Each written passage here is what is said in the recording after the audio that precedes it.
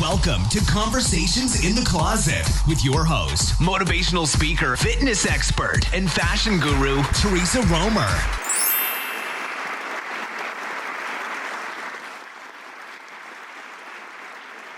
Hello, everyone. Welcome to Conversations in the Closet. And today's guest is Kim Gagne.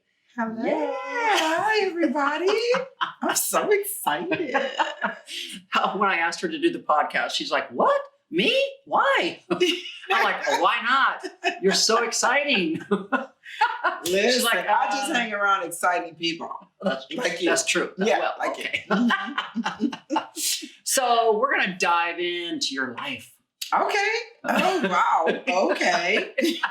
She's like, you didn't tell me that. I didn't even ask what we were going to talk about. If we had a list of topics. You know, I didn't even ask. I know. I surprise Teresa. No, whatever. I just surprise people. I don't give them a list of questions ahead of time and get them to prep because I want the real you. Yeah. And that's always good. That's always good. I'm like, I don't want her to know what I'm going to ask. Yeah, exactly. Ooh.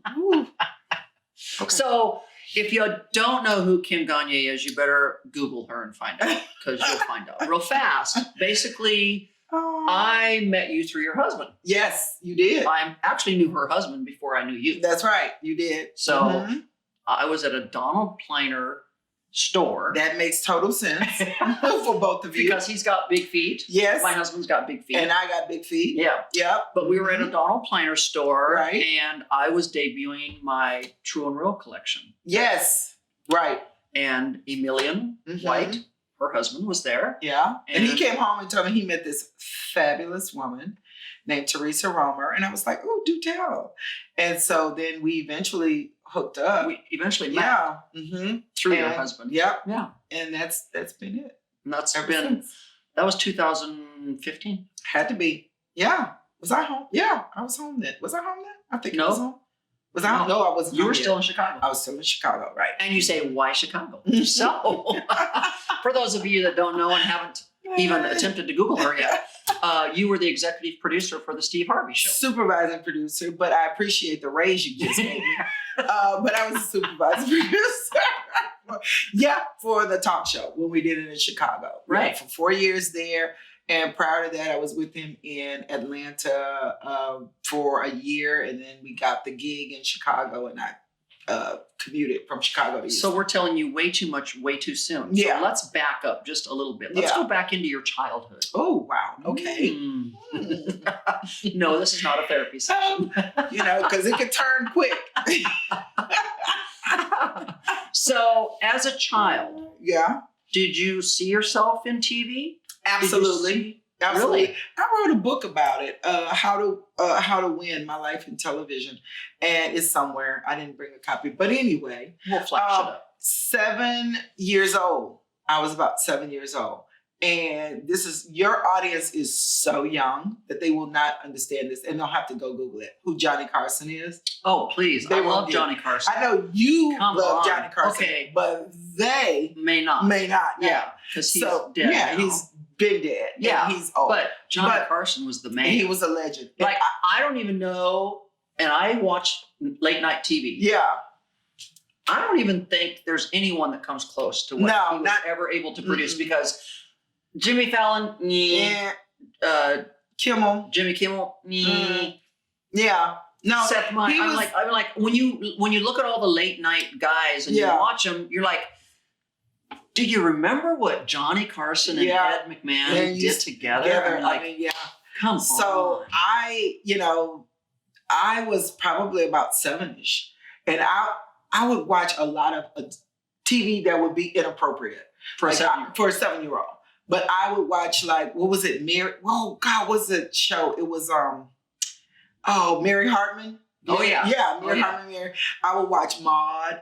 I would watch, all kind of adult shows. That was bad for a 7-year-old. Maude wasn't that bad, but I would watch anything that was on. Yeah, I loved television as a kid. It was my escape. Just watching it though. Yeah, just watching it because it was like my escape. Well, all kids like TV. Yeah, even if it's Sesame Street. Now, here's the difference, though. Oh, I didn't like cartoons. I still don't like cartoons. The only cartoon I would tolerate was Popeye because I thought they were really silly. And I can tell you this now. What I liked about the shows I watched and looking back on it, I liked the writing. I liked the way they were written. Oh. They weren't silly. And I didn't like silly. Even as a kid. Even as a kid, didn't like silly. Don't like silly now? So, but come on, you're married to I like silly. You're married to but that's true. That's true. But silly TV, even as a child, was not into it. So I wasn't watching Roadrunner. The Three Stooges were like, for me. Yeah. You know, Alfalfa, all of those shows were a little too silly for me. So I didn't watch those. But what I would watch were adult shows that you would watch during the 8 o'clock hour or whatever. Right. And what I realized is I liked the smart writing. A lot of it, I didn't understand what they were saying, but I liked it. And so I told people that one day I was going to work with the box. I didn't know how to say, work in television. I'm 7. But I said to myself that one day I will work in the box or with the box. That's what I call it. You meant the TV. And I meant the TV. Oh. And so, I do believe in manifestation. And I believe even at my 7-year-old self, I was manifesting what I would do for the rest of my life. So you were born and raised in Houston? Born and raised in Houston, 5th Ward. Yes. So if y'all are, if some of our viewers from the Nickel and listeners are not aware of the 5th Ward. That's right. It is an amazing place in Houston. It is one of the wards. 5th Ward is right. I was off of Cavalcade on Dabney Street. And, growing up, it was just a great So let's explain 5th Ward. Let's say 5th Ward is compared to what in New York? Harlem? No, not Harlem, Brooklyn. I'm trying to think. So you're saying lower income families, though? Middle to lower income families. But when I grew up, there was a lot of middle class families, Black families. So it's changed over the years. Had moved there. 3rd Ward over by U of H was more of the bougie Blacks. Oh. That was more where you had your doctors, lawyers, and things like that. The bougie Blacks tended to live in 3rd Ward because the Jewish people had been there first. Mm-hmm. And then the Blacks, as they started getting money, they moved into those homes along McGregor. Yeah. And, you had what we call white flight at the time. They would, fled the area. And so a lot of Blacks moved in there. So you had your doctors, lawyers, your first this, your first that. Right. Jack Yates High School was over there, TSU. So that was 3rd Ward. 5th Ward, we had Barbara Jordan, we had Mickey Leland, we had George Foreman. Those were people who grew up in the 5th Ward. 5th Ward, again, very prominent area back in its day. Your own barbershops, restaurants. Wow. Very enclosed, where many Black areas were, where we tended to mind our own business. We had our own banks, hair salons. Wow. You didn't really need to go out of the community. Wow. Yeah. Okay. And then integration happened. Okay. And, everybody moved out when they could. Yeah. So we're 7 years old and you've already decided you want to work with the box. The box, correct. Okay. Yep. Don't know what that looks like, but what happened after 7 years old? I want to jump to high school because I can't remember which teacher it was, but one of the teachers at my middle school told me that Yates High School had created a school of communications. And I was like, Now, I was zoned to Cashmere High School, but I knew I wasn't going there. My mother wanted to send me to private school, and I knew I wasn't doing that. So now most kids will jump at the chance to go to private school. No. So I said, let me look at this Yates thing. I filled out all the paperwork. I did all the transfer paperwork and myself. And when I think back to that, I'm like, my 17-year-old would never know how to fill out his own damn transcript paperwork. But I did. Yeah. And I convinced my mother to drive me. Back then, it was like 15 minutes from 5th Ward to 3rd Ward where Yates was. Yeah. And I was like in the second class of, it was 2 years old when I got there, the school of communications. Wow. And I credited it for my foundation. Yeah, it was amazing. It was amazing school, amazing prep for this. We did film, television, whole thing. So back to manifestation. Exactly. And it just all came through that way. You manifested it to come true. Yeah. And we always talk about this. Yes. With Theresa Roemer. Yes, exactly. It's write it on the board. It's write it on the board. Put it out there. And I really tell my kids that because I don't know. I have a 17-year-old, 25-year-old, and a 21-year-old. And I'm really big into telling them if you can see it, you can achieve it. You know, and I know it sounds corny and flaky, but you know, the universe will respond when you put things out there. Mm-hmm. It has to. Mm-hmm. So I believe you can manifest. In fact, driving over here, Theresa, I was manifesting my Porsche. I was driving going, I got to have that right there. So I just put that right on out. So when y'all see me drive back over here in my Porsche, you're going to say, that crazy lady said that. Yeah. Mm-hmm. Yeah. You just had a birthday, so maybe it'll be a late birthday present. Maybe a late birthday present. Yeah. I can't believe I'm 58. I mean, I don't mind saying you know, age is just a number. I know. I mean, in my head, I'm still in my 30s. Right. In my head, I'm 30, I don't know, 32. Yeah, exactly. Yeah. And so, I look it. Yeah. I know. We look good. Yeah, we look good. Okay, so we go from high school. So how did you... What built up to the Steve Harvey? Like, do you feel like that was your biggest achievement at that point? Well, I think so. I mean, you know, it's because it's my most recent thing. So no, I don't feel like it's my biggest thing because I still am climbing and still doing other things. Sure. So that was just a great dot. But everything built on the next thing. Yes. So, you know, I got out of college and I started working at Fox 26. There you go. I was an intern here in Houston. Here you go. Fox 26, the Fox station. Here you go. Here you go. My teacher in college actually worked at Fox, April Meeks. So she brought me on to be an intern. Here's what you need to know. The scoop. Every day, I literally, and we laugh about this now because I text him, I literally would stalk the news director. His name is Will Wright. He just retired from CBS and lives upstate, okay, in New York. I would harass him every day. Like when he would see me coming, he would like try to dart. You know, it's like he would. I'd be walking toward him, and all of a sudden he just like veer off, and I'd be like, "Oh, Will!" I would follow him into the break room. Yeah. And I'd say, when are you going to bring me up to the newsroom?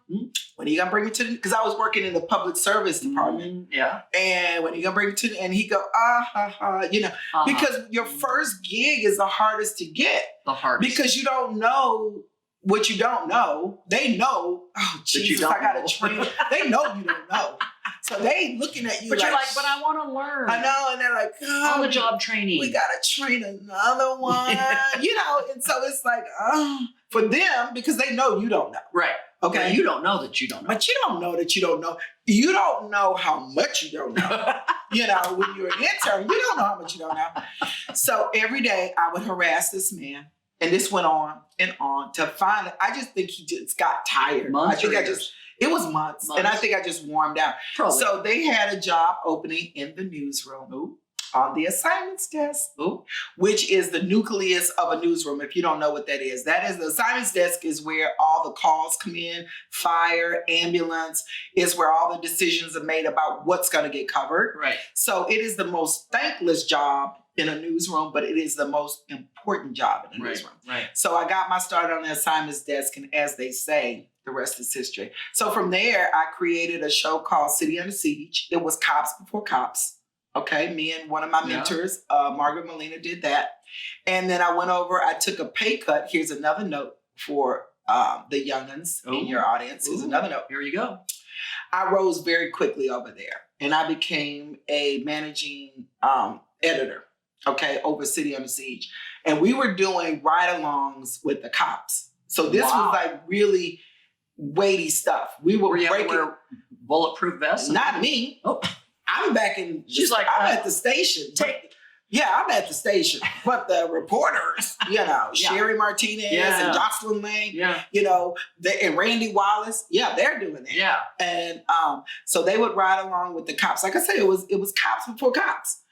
And you're saying cops before cops. So let me explain that to our audience. There was, I don't even know, there might be reruns now, but there was a show called Cops. Correct. And it's literally where you would like literally be in the car with the cops. Right. And you would see them go on all kind of bus people, and they would go from city to city. Yeah. So it would be Miami one season, and then they come to Houston. It was a very popular show. Very popular show. Popular. I don't know what happened with that. So you're saying it was Cops before Cops. Exactly. And so we rode along with the Harris County Sheriff's Department. And so we were doing all of that. Drug seizures, drug buster, whatever.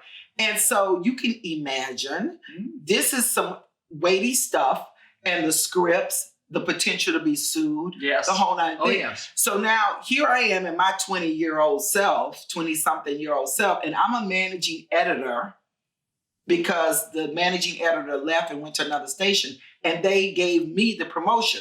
So inside my head, I know I'm not ready for this. Yes. And every day I was about to throw up when I had to read scripts because I was so afraid I would miss something and we would get sued. Yes.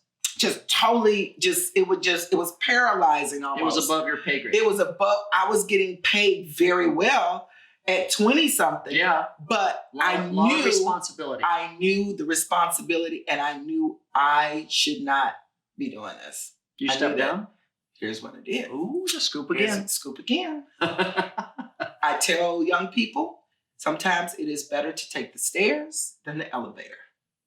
I've been on the elevator to get that job. I quit. And not to interrupt you, but that's the problem we have with today's youth. Yes. Is they all want to be the president. Yes. Now. Yes. They want that pay grade. Yes. They want everything now. Yes. I totally agree. And a lot of times you're not ready. You're not ready. And no disrespect. No. But I've seen it so much now that I know it's almost true. like you're setting yourself up for failure. Yeah. And it's like, why should you try to be in that position when you're definitely not qualified for it? And you're just setting yourself up for failure. Right. And you can, some things you can fake it till you make it. People say that. But then a lot of times you can't fake it. Not when you're dealing with lawsuits. Not when you're dealing with real world stuff. Mm-hmm. You might be able to fake it at a mom and pop shop that you're the manager. Yeah, you can fake it till you can figure out how to count money. I don't know. But, not on television. No. Your flaws and your lack of whatever, it becomes very apparent very quick. So we're saying a word of advice. Take it from us. To the youngsters. Yes. Where today everybody's they want instant gratification, and I want that job, and I want that title. You come in, and I think I should have Theresa's job when I walk in the door. No. I think I should have Kim's job when I walk in the door. No. And so what I am saying, what I did was, and again, this is just like a God instinct. I took at the time, it was like a $20,000 pay cut. Mm-hmm. And I went to the CBS affiliate and started over as an associate producer. I left a managing job to start over. But you felt it in your gut. In my gut. In my gut. You were just in my gut. You were going to make a bad decision somewhere. Yes. And it was going to cost you your career probably. Yes. And it would have. No, that's what I'm saying. It would have. And so, you always hear that saying, trust your gut instinct. Trust your gut. And your gut was saying, Kim, you could make a decision that's going to cost you possibly your career for the rest of your life. Yes. So why? If I had gotten the station sued or had not caught something, that we let get out, it would have been devastating. Yeah. And so I just knew I was not ready for the responsibility. Right. So here I am. I take a $20,000 pay cut and I go across town to the CBS affiliate and I start as an AP, which means I'm just sitting there. But it was the smartest decision, and it helped lay the rest of the groundwork for your amazing career. And it was my foundation. Right. And by doing that, I started there, and then I became a producer. You created those building blocks, which created that amazing foundation, which if we go back to talking about a house, you have to have a great foundation. I was on quicksand. Yes. I was on quicksand. Yeah. But when I moved to CBS, I started building my foundation. And from there, I went from an AP to a producer to a consumer producer. I co-created Great Day Houston, which is still on today. Yeah. So, and then, so everything built on itself. Yes. Yeah. And then I left for a while. I had my second baby and I left. I thought I wanted to be a stay-at-home mom. That lasted a week. Goo goo gaga. No. I realized I was a better working mom than I was a better just stay-at-home mom. And no disrespect to stay-at-home moms, because I give them God bless them. all the credit in the world, but it was too hard. Yeah. It was too hard. I just was. I was well, crying. but I think she was crying. It just. But I also think, those of us that, and I don't know how to say it in the right wordage, but I'm so creative. Right. And you can see that in these houses that I flip and everything. Absolutely. If I was a stay-at-home mom, I wouldn't be able to use that creativity. Correct. Now, some people are like, yes, you could, because you could be like a Martha Stewart and you could create these wreaths and you could. Yeah. No, I need to be with people. I need to be intellectual. I need to be creating. I need to be, so. And if you've ever been in television, I tell people all the time, it's an adrenaline. Yes. I can't go work at the bank. Nothing wrong with the bank. Mm-hmm. But after you work in this business, it's a high, it's a rush, it's an adrenaline, it's a deadline every day at 6 o'clock when the red light goes on. Yeah. You got to do it. Yeah. It's live television. Right. Either it's going to be a good show or it's going to suck. Yeah. It's no in between. And then you get off air. And then when you see those ratings, you're like, yeah. And then you get off air, you go home and you got to wash it off and come back and do it all again the next day. Right. And you literally get to work at 9 o'clock. You spend the whole day preparing for a 6 o'clock newscast. One of the lights break in the, or somebody fumbles a line or the live shot goes down. It happens, but it prepares you for being ready all the time. Right. Right. Yeah. So let's fast forward. We are Steve Harvey show. Yeah. Then a lot in between that. Then you leave Steve Harvey. Yeah. That's when you were still with Steve Harvey when I met you. Yeah. And then shortly after that, you retired from that, came back to Houston. Yeah. So let's catch everyone up now with what you're doing in Houston. Like, what is there for you to do in Houston? I know. I know. No, it's not. I came back. You're not doing any TV shows for anybody in particular here. So what are you actually doing in Houston now? What happened was, it's called reinvention. Which we all do. If you're smart. And I came home, my middle baby was in 11th grade. And I had been traveling back and forth. I had an apartment in Chicago, my house in Houston. Every weekend, I literally for 4 years was on a plane, train, and automobile. I mean, my schedule was crazy. But I needed to come home. I just needed to be home. And so I came home and it's like, okay, now what? Because you make a lot of money in television. So where you going to go work making that kind of money? But here in Houston. And here's, when I left Houston, still didn't have a studio. Still ain't got a studio. But anyway, it's so frustrating. Because Houston is so great. And it could be the fourth largest city. It could be such a great television city, but they just won't get it together. And it's been through different administrations. I've tried. I've talked to them blue in the face. So basically, I'm like, okay, whatever. I'm just letting that go. But Dallas and Austin are killing it. And we know what Atlanta's doing. Oh, yeah. But I shot a commercial recently in Dallas, and the crews there, the crews and the actors in the commercial are so busy. They just go back between the cities. They're shooting all kind of shows in Austin and Houston Dallas. Is just missing out. And Houston is missing out. And, hey, look, whatever. I'm tired of talking about it. But here's what Kim did. I knew what I could do quick. What I know is I have relationships and I have contacts. So I did know, how to do press releases and things of that sort. So that's really what I did. I came home and I really worked on my MaxTech communication. So I started doing press releases, and then people would hire me to do their radio shows, produce their radio shows. I produce a web series. I did a web series. I did a radio show. So it was like, oh, Kim's home. So she knows how to do this. Right. And so I would just kind of go in a producer mode. Yeah. And I started kind of building myself up doing that. Right. And really it's been one, word of mouth. Yeah. And two, I've really stayed busy. There have been some downtime. And, the pandemic, obviously. But pandemic actually wasn't bad for me. And I was going to say, you did a lot during the George Floyd. I did. George Floyd. That was huge. Beyonce.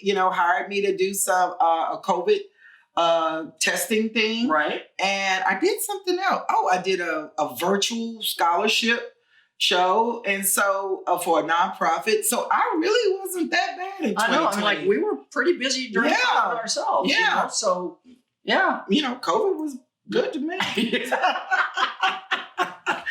So if we had to look back at Kim's life, yeah, what would you say has been your biggest life achievement?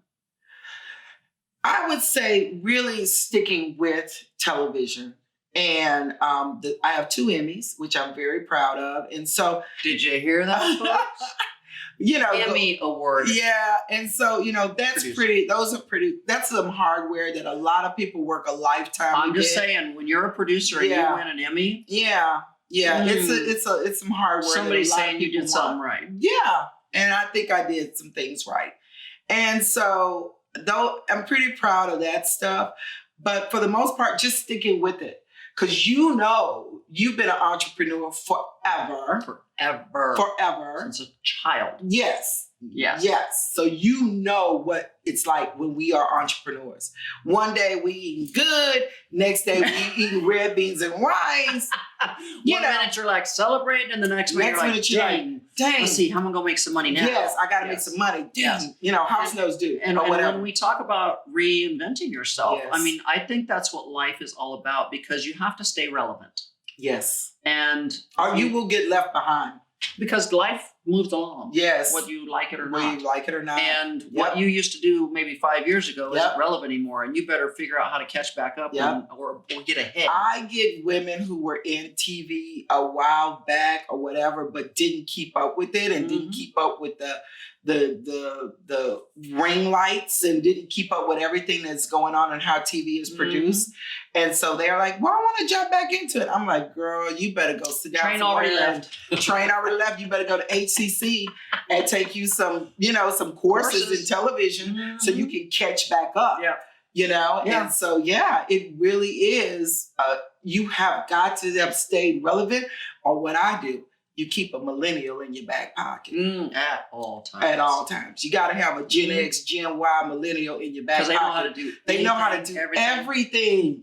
You know? I have grandkids that know how to do stuff. I'm like, what the heck? Yeah. I'll be stuck on something. Why ain't this working? My 17-year-old comes in. Oh, Mom. You're like, okay. Oh, thank you.